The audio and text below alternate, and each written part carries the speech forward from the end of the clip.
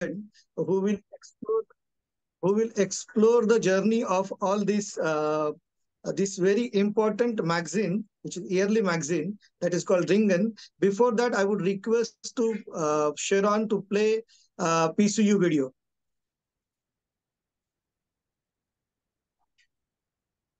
Sharon?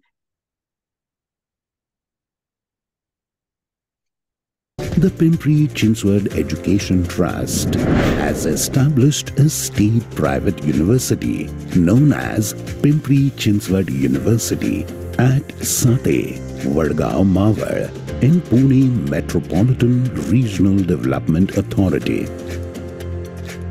It is a 30-acre campus of academic facilities and amenities for students and teachers to help them to achieve their fullest potential.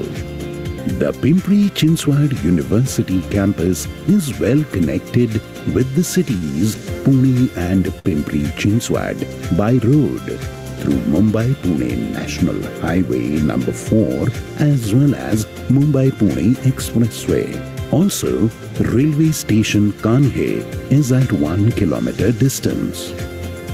The nearest airport is Pune Airport. PCU has its different verticals which prepares leaders from different fields. School of Engineering and Technology.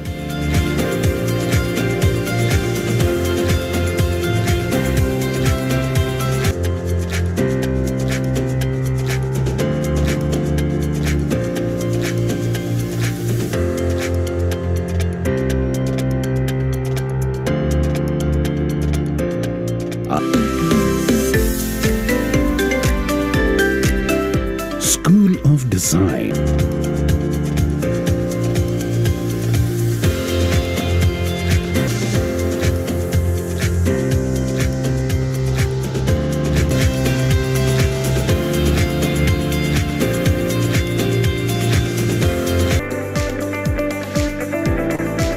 School of Media Arts and Communication Studies by incorporating cultural activities, events, and organized tours and trips, fostering a holistic development approach.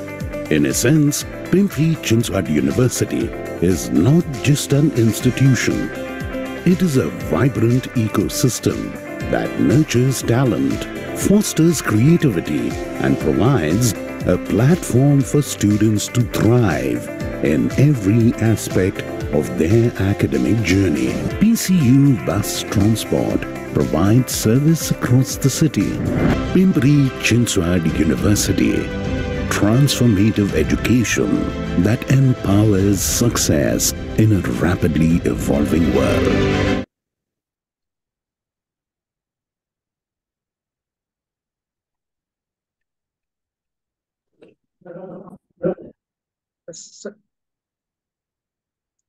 Thank you very much. Sachin sir, ही आमची एक छोटीशी ओळख होती. आपण पुढे जाण्यापूर्वी मला असं वाटतं की तुमची एक छोटी ओळख मला करून द्यायची. मी तुम्हाला अगदी आपलं दोघांचं करिअर एकत्र सुरू झालेलं आहे आणि ज्याला आपण म्हणू की आपण दोघांचा आयुष्यामध्ये ज्या काही गोष्टी घडल्या त्या सर्वांचा आपण साक्षीदार आहोत, पण तरी एक फॉर्मल ओळख करून देण्याची गरज आहे. सचिन परब हे पहिल्या जनरेशनचे टेलिव्हिजन पत्रकार आहेत. सी न्यूज नावाचं एक केबल नेटवर्क होतं, त्या मुंबईतून चालायचं. त्या केबल नेटवर्कचे पासून सुरुवात सचिनची झाली. म्हणजे पहिल्या जनरेशनचे टेलिव्हिजन 1998 पासून सचिन टेलिव्हिजन मध्ये कार्यरत आहेत. त्यापूर्वी ते अनेक वृत्तपत्रांमध्ये लिहायचे. पण मेजर जो कारकीर्द जी झाली ती टेलिव्हिजन नंतर मग वेबसाईट च्या माध्यमातून झाली. त्यानंतर महाराष्ट्र टाइम्स.com चे पहिले एडिटर होते. मुंबई टाइम्सचे हेड ऑफ द कॉन्टेंट होते. नंतर मी मराठी नवशक्तीचे एडिटर, गोवा दूतचे एडिटर. त्याच्यानंतर प्रबोधनकार ठाकरेंचं जे समग्र साहित्य आहे त्याच्यासाठी एक वेबसाईट तयार करण्यात आली. ते प्रबोधनकार.com याचे संपादक ही सचिन आहेत. आणि कोलाज या वेबसाईट हे खूप चांगली वेबसाईट आहे, ज्याच्यामध्ये वेगवेगळ्या विषयांची मांडणी केली जाते.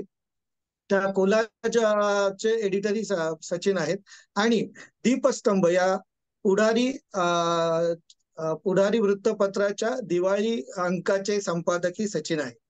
याच्या पुढे जाऊन आज ज्याच्यावर आपण गप्पा मारणार आहोत त्याच्या रिंगण या संतांना डेडिकेटेड केलेल्या वार्षिक म्हणजे वर्षातून एकदा येणाऱ्या विशेषांकाचे ते संपादक आहेत. आणि मला इथे सांगायला खूप अभिमान वाटतो की 2014 पासून सुरू झालेला हा अंक विशेष अंक हा अजूनही सुरू आहे. अजूनही सुरू आहे आणि त्याच्यात दिवसेंदिवस वेगवेगळे प्रयोग, नवीन नवीन संत त्यांना इंट्रोड्यूस केलं जात आहे. सचिन, तुमचं खूप खूप स्वागत आहे आमच्या या पॉडकास्ट या वेबिनार मध्ये. माझा पहिला प्रश्न असा आहे की या संतांवर एक वेगळा विशेषांक काढावा असं तुम्हाला काय आपण काय म्हणू की कसं वाटलं असं नाही, पण याची आयडिया कशी सुचली? कारण की तुम्ही वेगवेगळे प्रयोग नेहमी करत असता, तर याची आयडिया कशी सुचली? कशी सुचली ह्याचा मीच अनेकदा विचार करत असतो की हे कसं काय आपल्याला करावंसं वाटलं. पण मी जिथे जिथे आता तुम्ही ज्याची नावं घेतली, म्हणजे जिथे मी काम केलं होतं, महाराष्ट्र टाइम्सची वेबसाईट असेल किंवा मुंबई टाइम्सचा हेड असेल किंवा मी मराठीचा संपादक असेल, तर तिथे तिथे मी आषाढी आली की काहीतरी वेगळं करण्याचा प्रयत्न करत होतो आणि ते प्रत्येक वेळेला हिट केलं. म्हणजे लोकांना आवडलं, मला फार मजा आली, आमच्या टीमला आवडलं, हे करायला फार मजा येत होती. आणि महाराष्ट्र टाइम्स मध्ये असताना डॉक्टर भारतकुमार राऊत हे संपादक होते आणि त्यांनी वर्षभरात 3-4 वेगळे अंक काढण्याची एक पद्धत सुरू केली होती. म्हणजे दिवाळीचे जसे अंक असतात तसं मग त्यांनी गुढीपाडव्याला अंक केला होता. त्यांनी तसाच एक अंक आषाढीला केला होता आणि आणखी असे अंक त्यांनी केले होते. तर मात्र ते संपादक होते आणि त्याच्यानंतर ते राज्यसभेवर खासदार झाले, त्याच्यामुळे ते सोडून गेले आणि पुढच्या वर्षी अंकच निघाला नाही महाराष्ट्र टाइम्सचा. तर मला ही रुखरुख फार होती की अरे, आषाढीचा अंक निघायला, जर दिवाळीचे अंक असतात तर महाराष्ट्राचा सगळ्यात मोठा सोहळा असलेला जो आषाढीचा सोहळा आहे, त्या आषाढी एकादशीला अंक निघायलाच हवा. म्हणजे आज 28 तारीख आहे. आज आपल्या म्हणजे पिंपरी चिंचवड पासून हाकेच्या अंतरावर असणाऱ्या देहू मधून पालखी सोहळा सुरू होईल. म्हणजे देहू मधून लाखो लोक हे पंढरपूरच्या दिशेने चालायला लागतील. तसंच उद्या आळंदीवरून निघेल. आजच पैठणवरून पण एकनाथ महाराजांचा पायी पालखी सोहळा सुरू होईल.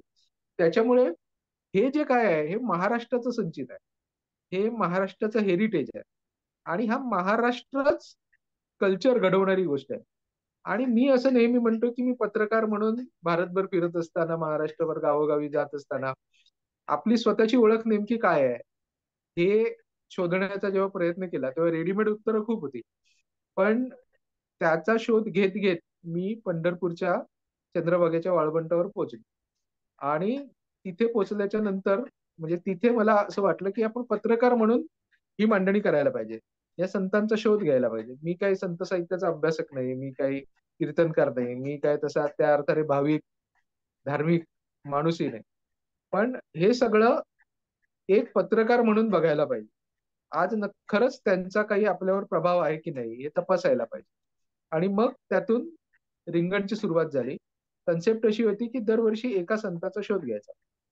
म्हणजे पहिल्या वर्षी संत नामदेवांचा अंक होता, तर पहिल्या नामदेवांच्या अंकासाठी आम्ही नामदेवराय जिथे जिथे गेलेले होते तिथे तिथे जाऊन आलो. म्हणजे त्याच्यासाठी अगदी पंजाबमध्ये जावं लागलं, कारण पंजाबमध्ये नामदेवराय गेलेले आहेत. तिथे त्यांचे अनेक गुरुद्वारा आहेत. शीख संप्रदायाचा जो धर्मग्रंथ आहे गुरु ग्रंथ साहेब, त्याच्यामध्ये त्यांची पदं आहेत हिंदीमधून लिहिलेली. म्हणजे आपले नामदेवराय हे हिंदीमध्ये लिहित होते, ते गुजरातीच्या जवळ जाणाऱ्या भाषेत लिहित होते, ते अशा वेगवेगळ्या भाषेमध्ये लिहित होते. खऱ्या अर्थाने मीडिया त्या काळातला जो काय होता, आपण आता मीडियाचे विद्यार्थी आहोत, तर मीडिया जो काय होता, कीर्तन भजन ते सगळं वापरत होते, ताकदीने वापरत होते, त्याला नवा आयाम देत होते. म्हणजे त्यांनी कीर्तनाची पद्धत बदलली, भजनाची पद्धत बदलली, सगळं बदललं. आणि डॉक्युमेंटेशन केलं मोठ्या प्रमाणात, आजच्या भाषेत सांगायचं झालं तर. म्हणजे आपल्याला ते गोविंद नामदेव माहिती आहेत. गोविंद नामदेव मोठे ऍक्टर आहेत. ऍक्टर आहे. म्हणजे हा, त्यांनी NSD मधले प्रोफेसर होते. नंतर त्यांनी आपल्या सिंगम मध्ये अजय देवगणच्या वडिलांचं काम केलं. ओ माय गॉड मध्ये ते टकलू बाबा आहे, असा असा हात करणारा, ते काम करणारे. ते आम्ही त्यांना विचारलं, हे नामदेव कुठं झालं तुमच्या नावामध्ये? हा. तर ते म्हणाले की अरे ते तुमचेच नामदेव आहेत. मला असं वाटलं त्यांच्या वडिलांचं वगैरे नाव असेल. तर ते म्हणाले नाही, ते तुमचे नामदेव आहेत, पंढरपूरचे नामदेव. आम्ही एकटा नाहीये, असे काही लाख लोक आहेत आमच्या मध्य प्रदेशामध्ये. मग शोध घेतल्याच्या नंतर कळलं की मध्य प्रदेश, उत्तर प्रदेश, अगदी जम्मू पर्यंत असे काही लाख लोक, म्हणजे 15-20 लाख लोक जे असे आहेत की जे आपलं आडनाव नामदेव लागतात.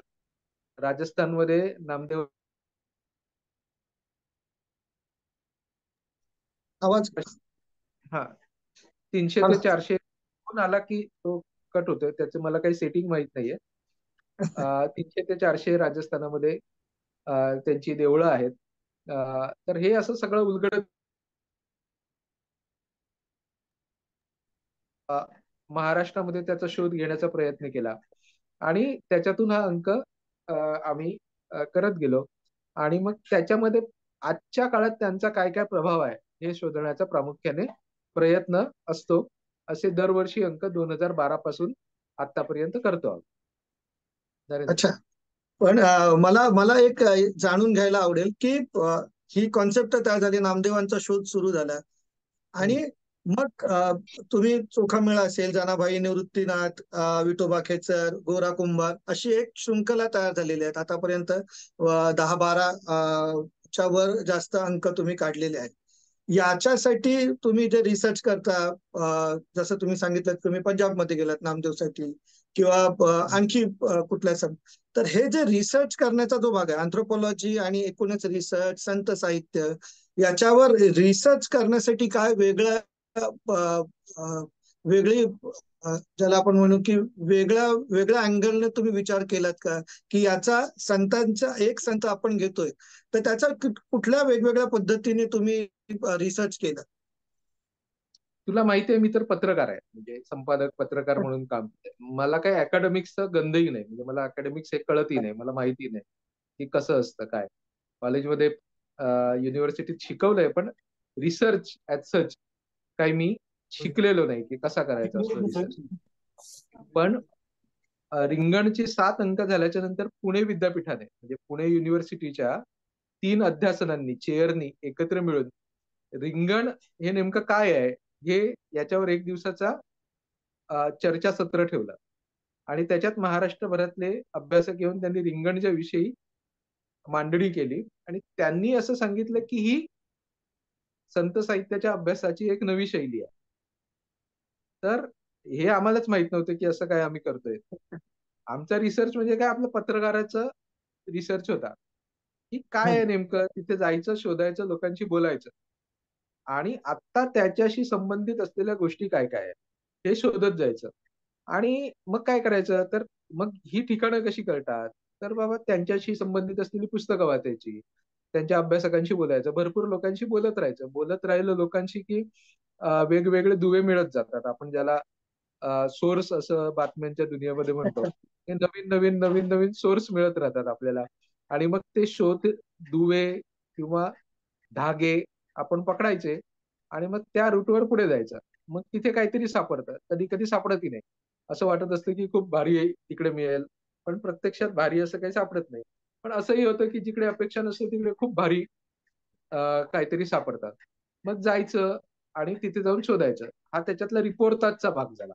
म्हणजे आपण पत्रकार म्हणून जे रिपोर्टाज मांडतो, रिपोर्टाज म्हणजे प्रवास वर्णन नसतं, तर तिकडे एखाद्या गोष्टीचा प्रवास वर्णनात काय करतो, ट्रॅव्हलॉग मध्ये आपण तिथे जातो आणि तिथे काय काय दिसतं त्याचं वर्णन करतो, असं नाही. रिपोर्टाज म्हणजे काय, काहीतरी एक गोष्ट शोधण्यासाठी आपण तिथे जातो आणि मग त्याची मांडणी करतो. मग ती मांडणी ही वर्तमानपत्री भाषेत व्हायला पाहिजे असा आग्रह असतो, म्हणजे सर्वसामान्य माणसाला कळायला पाहिजे.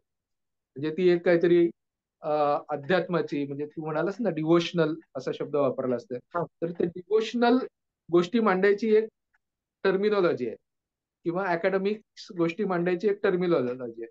ती टर्मिनॉलॉजी आम्हाला मान्य नाही, म्हणजे ती आमची नाही टर्मिनॉलॉजी, कारण मी त्या भाषेत बोलत नाही, तू त्या भाषेत आपण कोणीच त्या भाषेत बोलत नाही, मग आपण एकमेकांशी कोणत्या भाषेत? तर त्याला जवळ असलेली आपली भाषा म्हणजे मीडियाची भाषा आहे, पेपरची हम्म. भाषा आहे, किंवा टीव्हीची भाषा आहे, किंवा आणखी आज आपण सोशल मीडियामध्ये जी वापरतो ती भाषा. मग त्या भाषेमधून सर्वसामान्यांच्या भाषेत, विशेषतः तरुणांना तरुणांच्या भाषेत आपण संत समजून द्यायला पाहिजे, अशी एक कन्सेप्ट घेऊन आम्ही मांडत राहिलो. आणि तू जसं म्हणतोस तसं रिसर्च तर तो काय चालूच असतो. असं काही पुस्तकं कुठे आहेत बाबा, मग यावर्षी कुठला अंक करणार आहे, मग असे हम्म. लोक आपल्याला फोन करत असतात. मग बोलत राहणं चालू असतं, कुठेतरी पॉइंट्स काढून घेणं चालू असतं, डोक्यामध्ये विचार चालू असतात. आणि ती रिसर्च म्हणण्यापेक्षा एक संपादनातली एक गरजेची गोष्ट म्हणून ती गोष्ट येते. आणि दुसरं महत्वाचं म्हणजे की मला एक वेगळा प्रश्न असा विचारायचा आहे की एक गोष्ट मला याच्यात मध्ये जाणून घ्यायची आहे की तुझ्या घरामध्ये म्हणजे ज्याच्यामध्ये अ, तुमच्याकडे तुमच्या घरामध्ये वारीची परंपरा आहे का? तुमच्या घरातले कोण वारीमध्ये जायचं का?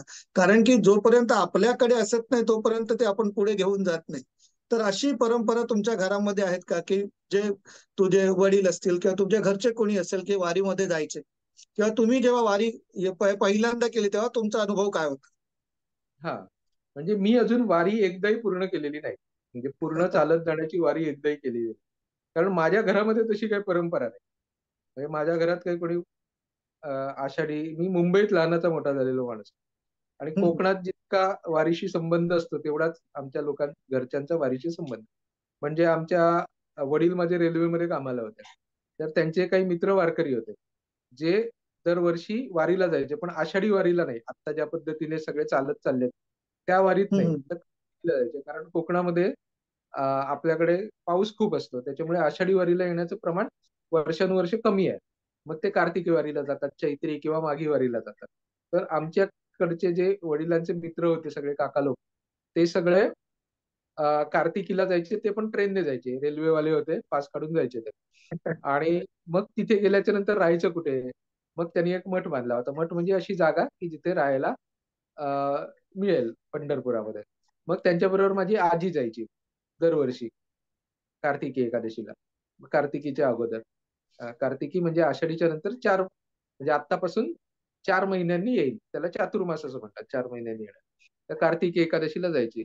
मग ती कार्तिकी एकादशीला जायची, तर आम्ही पण मग जायला लागलो तिच्या मागून, आई वडील जायला लागले, आम्ही पण जायला लागलो. पण ते काही नियमित नव्हते, शाळेत असताना वगैरे. पण ते लहानपणी मी पंढरपूरला जायचो, मी 3-4दा पंढरपूरला गेलो असेल तिथे. आणि मग पंढरपूरला गेलेलं असताना ते फार इंटरेस्टिंग होतं सगळं, आणि ते माझ्या मनामध्ये कुठेतरी लपलेलं असावं असं मला वाटतं. आणि मग जेव्हा मी कॉलेजमध्ये असताना किंवा पुढे पत्रकार म्हणून झाल्याच्या नंतरच, नंतर हा सगळा जेव्हा शोध सुरू होता वेगवेगळ्या पद्धतीने, आणि खूप एक्सपोजर मिळत असतं पत्रकार म्हणून, मी पत्रकार असण्याचा मला फार अभिमान वाटतो. आणि मला फार खूप चांगलं आयुष्य जगता आलं त्याच्यामुळे, रोज नवीन अनुभव घेता आले त्याच्यामुळे. त्याच्यामुळे कोणी पत्रकारितेत जात असेल तर मला फार आनंद होतो, कारण रोज नवीन अनुभव, रोज नवीन काहीतरी समजून घेणं. एकाच विषयामध्ये आपण अडकत नाही, आणि हो. एक असं तुकड्या तुकड्यामध्ये जगत असतो, ते एक समग्र भान आपल्याला पत्रकारितेमुळे मिळतं असं मला वाटतं. म्हणजे एक असं टोटॅलिटीमध्ये जगता येतं आपल्याला. काय फक्त राजकारण, फक्त अर्थकारण, फक्त आपलं आपलं काम संपलं, सोशल मीडिया याच्या पुरतं, याच्या पलीकडे पण खूप आपल्याला पत्रकार म्हणून जगण्याची संधी मिळते. जगतात सगळेजण, किंवा जगायलाच पाहिजे असं काही आग्रह नाही, पण ती एक अपॉर्च्युनिटी त्याच्यासाठी अवेलेबल असते. तर पत्रकार म्हणून जगताना मग हा जो विचार जेव्हा सुरू झाला, मी वेगवेगळ्या लोकांशी बोलत होतो, दिल्लीत राहिलो, काश्मीर मधल्या निवडणुका कव्हर केल्या, पॉलिटिकल रिपोर्टर आहे मी बेसिकली, अजूनही आहे. त्याच्यामुळे देशभर निवडणुका कव्हर करत होतो, महाराष्ट्रभर एक्सटेन्सिव्हली फिरत होतो, मोठमोठ्या नेत्यांना भेटत होतो, अभ्यासकांना भेटत होतो, सगळ्यांना भेटत होतो. आणि मग त्याच्यातून तू आणि मी ज्या काळामध्ये मोठे झालो, लहानाचे मोठे झालो, तो फार बदलाचा काळ होता. म्हणजे 90चं दशक होतं. म्हणजे पहिलं या नव्या शतकाचं सहस्त्रकाचं दशक होतं. ही एक 15-20 वर्ष फार एकदम खळबळजनक होती आणि सगळं बदलत होतं. म्हणजे आता आपल्या आजूबाजूला असलेल्या अनेक गोष्टी 90 सालाच्या अगोदर नव्हत्याच. अशा पद्धतीच्या गोष्टी, ज्या आपल्या आता जीवनाचा अविभाज्य घटक बनलेला आहे. त्यामुळे खूप बदल होत होते. भारी होता. आणि त्या बदलांमध्ये असं जाणवत होतं, हे सगळे बदल होत असताना या बदलांमध्ये आवाज शिवरान, आवाज येतो इतर दुसरं कोणाचं तरी शिवरान, तुझ्या जागी इतरांचा आवाज दुसरं बंद कोणी- करणार. चालेल, सॉरी. नाही नाही, काय. तर खूप सारे बदल आजूबाजूला घडत असताना आपण नेमके कोण आहोत या आयडेंटिटीचा शोध घेत, म्हणजे मराठी आहोत म्हणजे काय आहोत, भारतीय आहोत म्हणजे काय आहोत, हिंदू आहोत म्हणजे काय आहोत, महाराष्ट्रीयन आहोत म्हणजे काय आहोत, त्याची रेडीमेड उत्तरं तर होतीच आणि सोपी उत्तरं होती. पण आपण आपला शोध घ्यायला पाहिजे की नेमकं आपलं कल्चर काय आहे. नाहीतर दुसऱ्यांनीच आपल्या डोक्यावर काहीतरी सांगितलेलंच कल्चर आपलं बनलंय का, आपणच त्याला आपली संस्कृती म्हणतोय का. आणि हे सगळं म्हणजे हे कसलं कल्चर आहे, हे तर आपलं कल्चर नाही. माझ्या आजोबा, माझे पणजोबा हे काय म्हणत नव्हते, ही भाषा काही त्यांची नव्हती. हे सगळे जेव्हा विचार येत गेले की माझं नेमकं काय आहे, माझी आयडेंटिटी काय आहे. आणि त्याच्यातून मी एक पॉलिटिकल रिपोर्टरचा रिंगणचा संपादक होत गेलो. पण अर्थात पॉलिटिकल रिपोर्टिंग ही माझी आवडीची गोष्ट आहे आणि आजही ती करायला आवडतेच. अच्छा. मला एक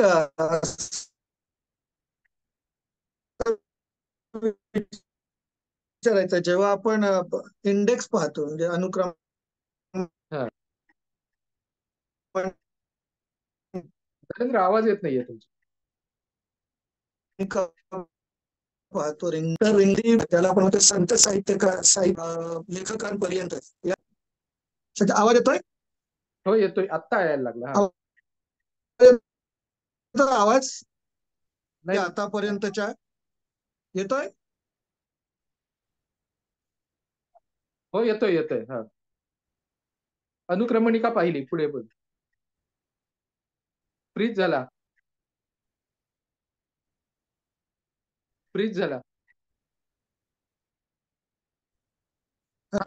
तर आतापर्यंतच्या आपण संत साहित्याचे गाणे नवीन जे लिहितायत त्यांच्यापर्यंत तर हे लेखक कुठे सापडले आणि असा फॉर्मॅट ठेवावा, म्हणजे असं नवीन लेखकांनाही याच्यावर लिहितं करावं, याची प्रक्रिया कशी होती. कारण की मी एकदा पाहिलं होतं की जनाबाई चा जो विशेषांक होता त्याच्यामध्ये आपली मैत्रीण आहे भाग्यश्री, तिने एक लेख लिहिला होता.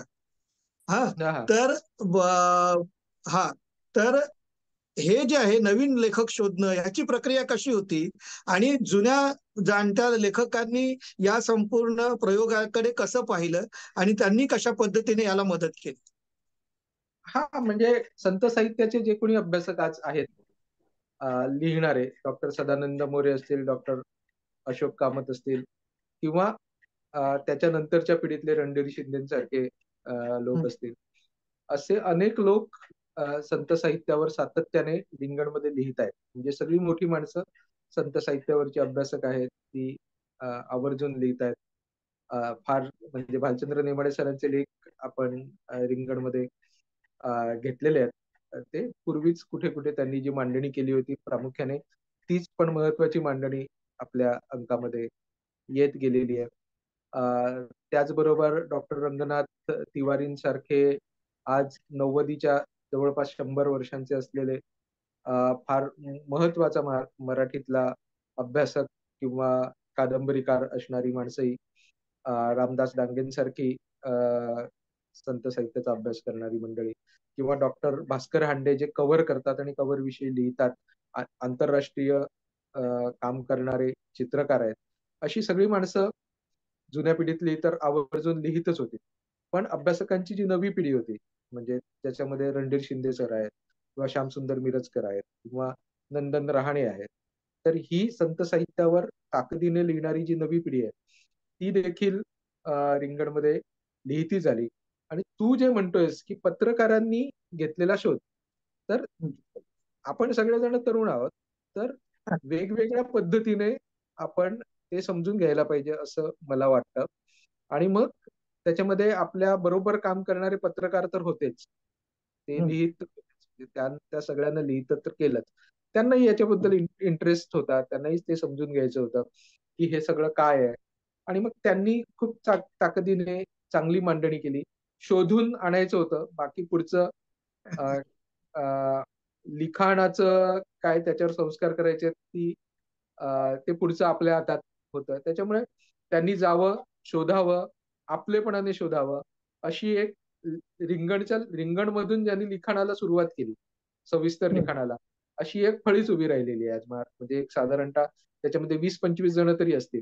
आणि ती हो. दरवर्षी एक 5-6 जण नव्याने त्याच्यामध्ये भर पडत असते.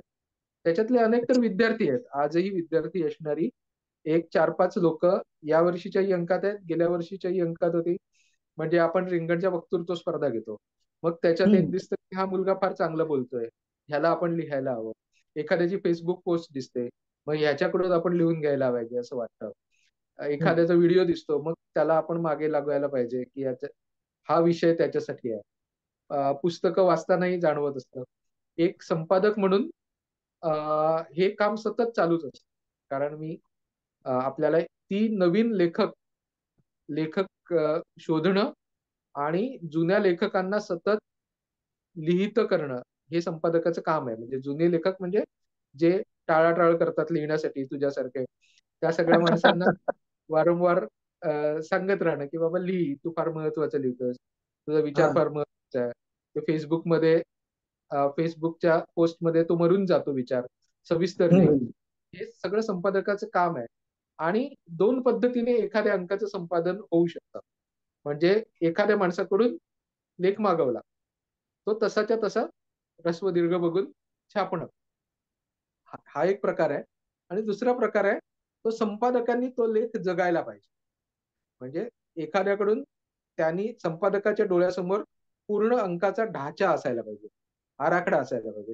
त्याच्यातलं वजन त्याला कळायला पाहिजे, की कुठल्या गोष्टीला जास्त वजन असायला पाहिजे, कुठल्या गोष्टीला कमी महत्व असायला पाहिजे.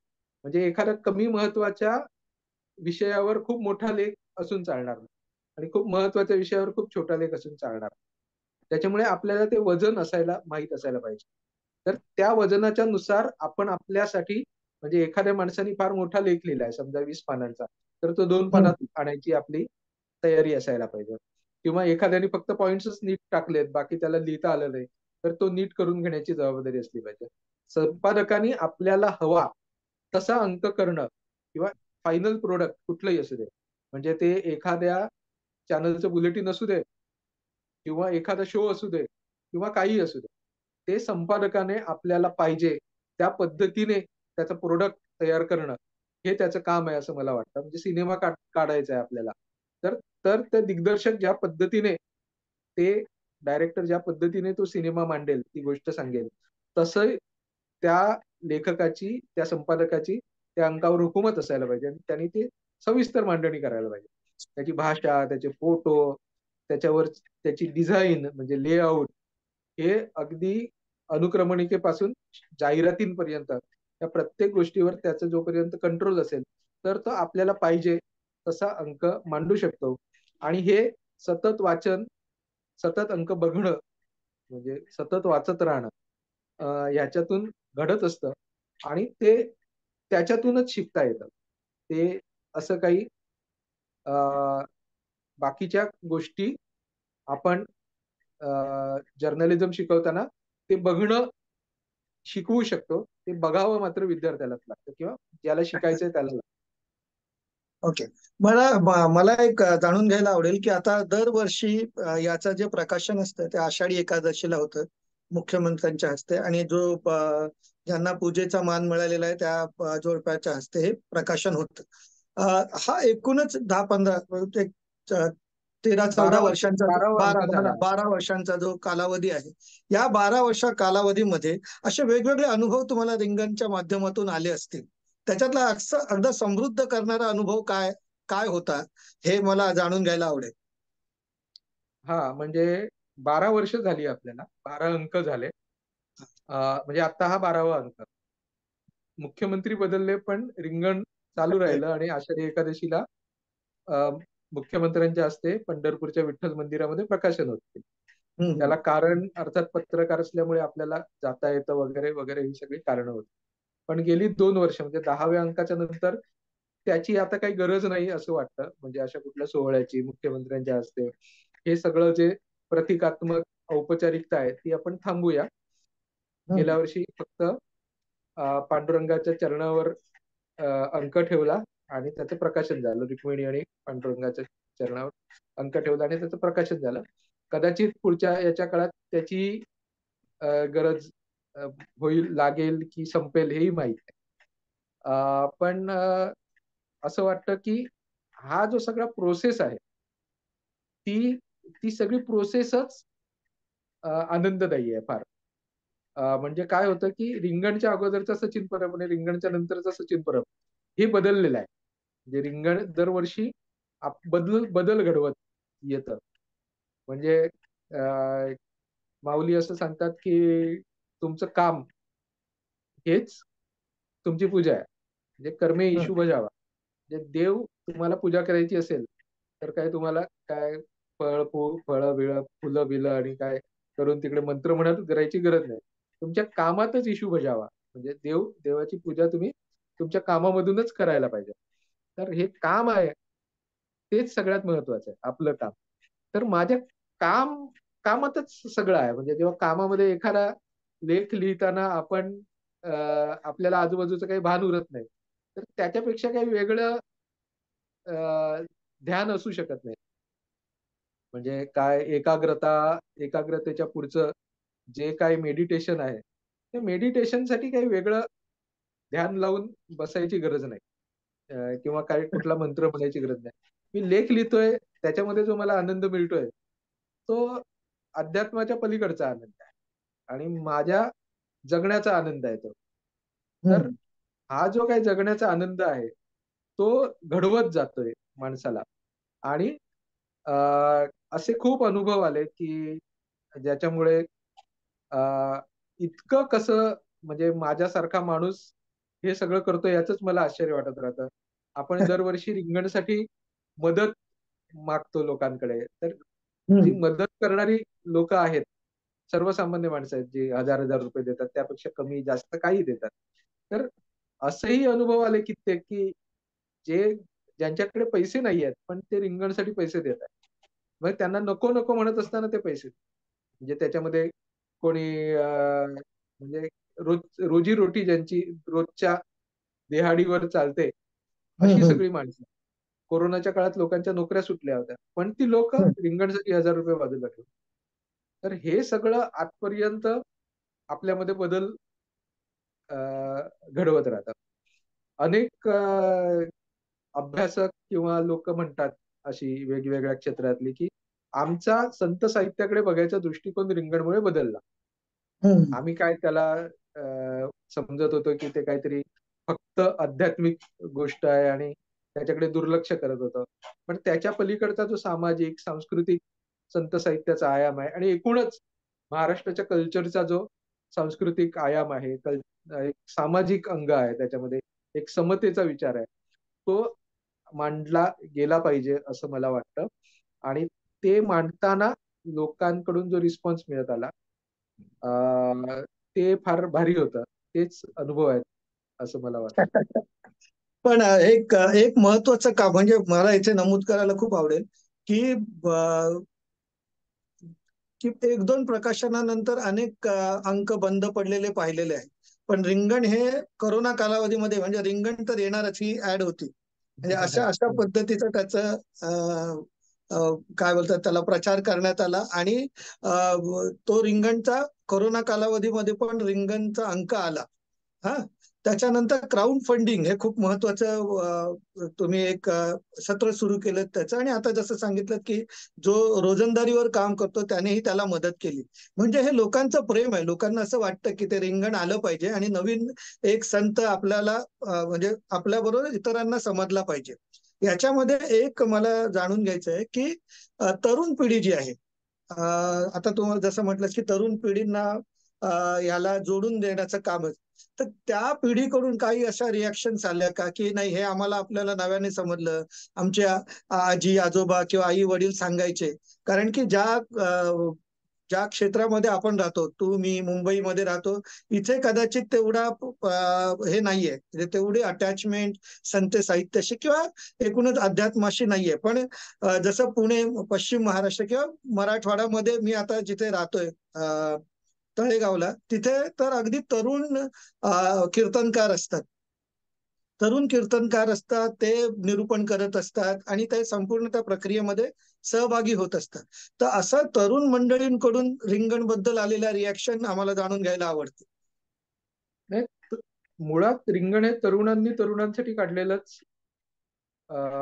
मॅगझिन आहे. म्हणजे आता आपण स्वतःला तरुण म्हणावं की नाही हे मला माहित नाही. पण 12 वर्षापूर्वी, 13 वर्षापूर्वी तर तरुण नक्कीच होतो. तर तेव्हापासून आतापर्यंत तरुणांनी तरुणांसाठीच काढलेलं आहे. हे काय म्हाताऱ्यांसाठी केलेले उद्योग नाही आहेत. आणि हे आपल्याला समजून घेण्यासाठीची खाज आहे ना. मला समजून घ्यायचंय म्हणून मी करतोय. आणि तेच सगळं आयडेंटिटी क्रायसिस सगळ्यांना आहे. आणि मग त्याच्यातूनच या सगळ्या गोष्टी घडत आहेत. म्हणजे मी एकटा नाही करत आहे. संत साहित्यावर खूप सिनेमे पण आले ना याच काळामध्ये. जे पूर्वी हं, येतच नव्हते. आता ते आषाढी झाली की केवढे कार्यक्रम त्या अभंगांचे होणार आहेत. हं, तर हं. असे असे सगळे किती फोटोग्राफर्स एक्झिबिशन भरवतात, किती पुस्तकं येतात, किती डॉक्युमेंटरीज बनतात, किती रील्स बनतात, किती खूप काय काय आता चालू आहे. म्हणजे आतापासूनच ते आपण बघू. हे प्रत्येक जण हे आपलं काहीतरी शोधतोय त्याच्यात. म्हणजे त्याच्यात एक फेस्टिवल म्हणजे आपलं सेलिब्रेशनचा मूड तर आहेच. पण त्याच्याबरोबर आपलं काहीतरी शोधण्याचाही शोधतायत. म्हणून त्याच्यात काहीतरी एफर्ट्स होतायत असं मला वाटतं. म्हणजे खूप चांगले पुस्तकं या विषयावर येतायत, लिहितायत. अनेकांच्या गझलांमध्ये, गाण्यांमध्ये, सिनेमाच्या गाण्यांमध्ये हे रेफरन्स यायला लागलेत. वारीचे, पांडुरंगाचे, तुकोबारायांचे. असं एक वेगळं घडतंय. आणि तरुण हाच वाचक आहे. त्याच्यामुळे तरुणांकडून सातत्याने आम्हाला हे माहितीच नव्हतं. हे सांगितलं ते बरं झालं. आणि ते तरुणांना आवडेल अशाच शब्दात आहे. तशाच फॉर्मॅटमध्ये आहे. त्याच्यामुळे ते तरुणांपर्यंत पोहोचतं. आता बाकीच्या कामामध्ये अडकल्यामुळे ते सोशल मीडियावर किंवा व्हिडिओमध्ये काम करायचंय हेच रिंगणचं सगळं काम. पण ते राहून जाते. कधीतरी होईल आणि ते तेव्हा आणखी ते तरुणांपर्यंत पोचता येईल असं मला वाटतं. अगदी कॉलेजमध्ये जाणारी मुलं आहेत, ती स्वतःहून कार्यक्रमाला बोलवतात. आमच्या कॉलेजमध्ये कार्यक्रमाला या रिंगणमध्ये. आणि म्हणजे आपण जे म्हणतो की मुंबईत नाही, पण गेल्या वर्षभरातच रिंगणसाठीच म्हणजे संत साहित्यावर मी साठे आणि रुई या 2 कॉलेजमध्ये गेल्या वर्षीच गेलो होतो. तर अच्छा. याच विषयांवर बोलण्यासाठी, याच विषयावरच्या कार्यक्रमांसाठी. आणि हे तरुणांनी म्हणजे त्यांच्या शिक्षकांनी बोलवलेलं नव्हतं दोन्हीकडे. मुलांनी आग्रह केलेला होता, की हे समजून घ्यायचं. तर असे अनुभव फार भारी असतात. त्यांना हे रिलेट करावंसं वाटतंय आपल्याशी. आणि काय आहे आयडेंटिटीज आपल्या, तेच लक्षात येत नाही. म्हणजे एका वेळेला आम्ही कोरियन म्युझिक ऐकतोय, जपानी अॅनिमे बघतोय आणि मग आमचं काय आहे? जे आमचं म्हणून सांगितलं जातंय ते आमचं तर वाटत नाही. मग आमचं नेमकं काय आहे? हे आपल्या सगळ्यांनाच पडलेले प्रश्न.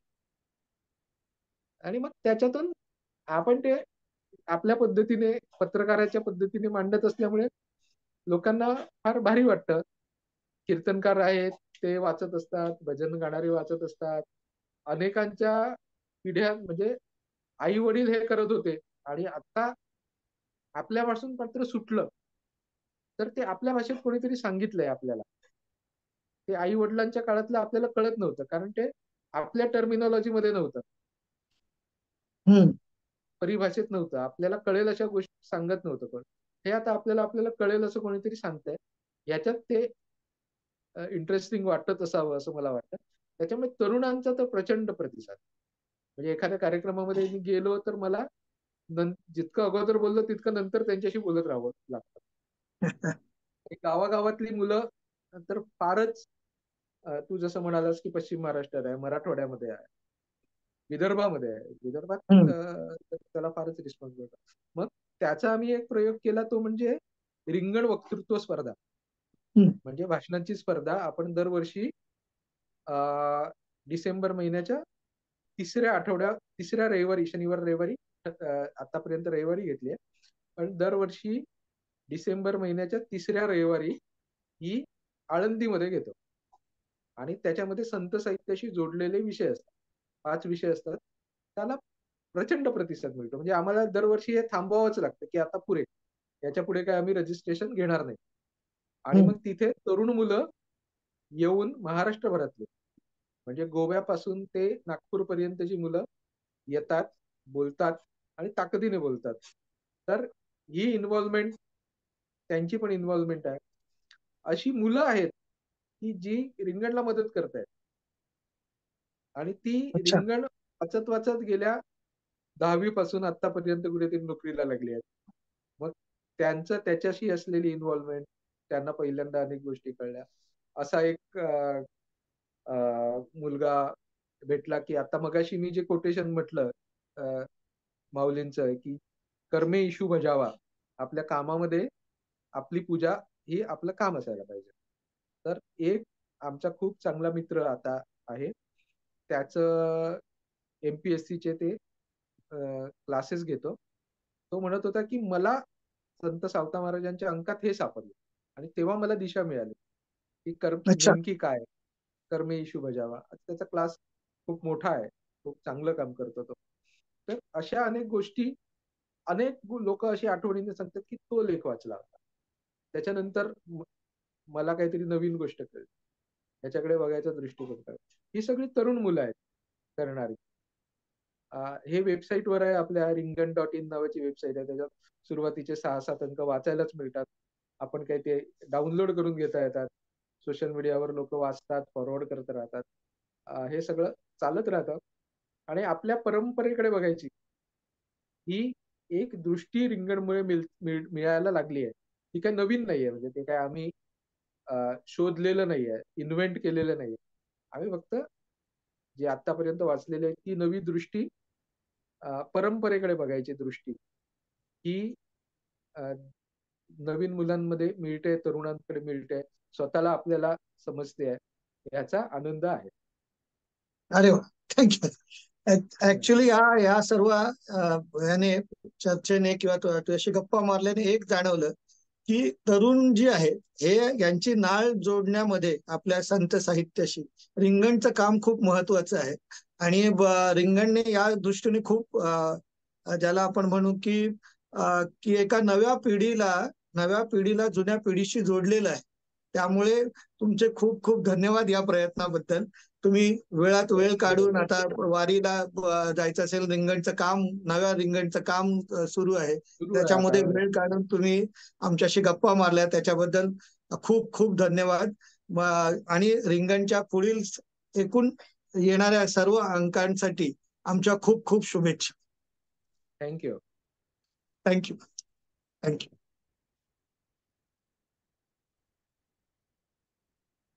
शेरॉन. Yes, sir. Yes, sir. Please conclude the meeting. Yes, sir. Thank you.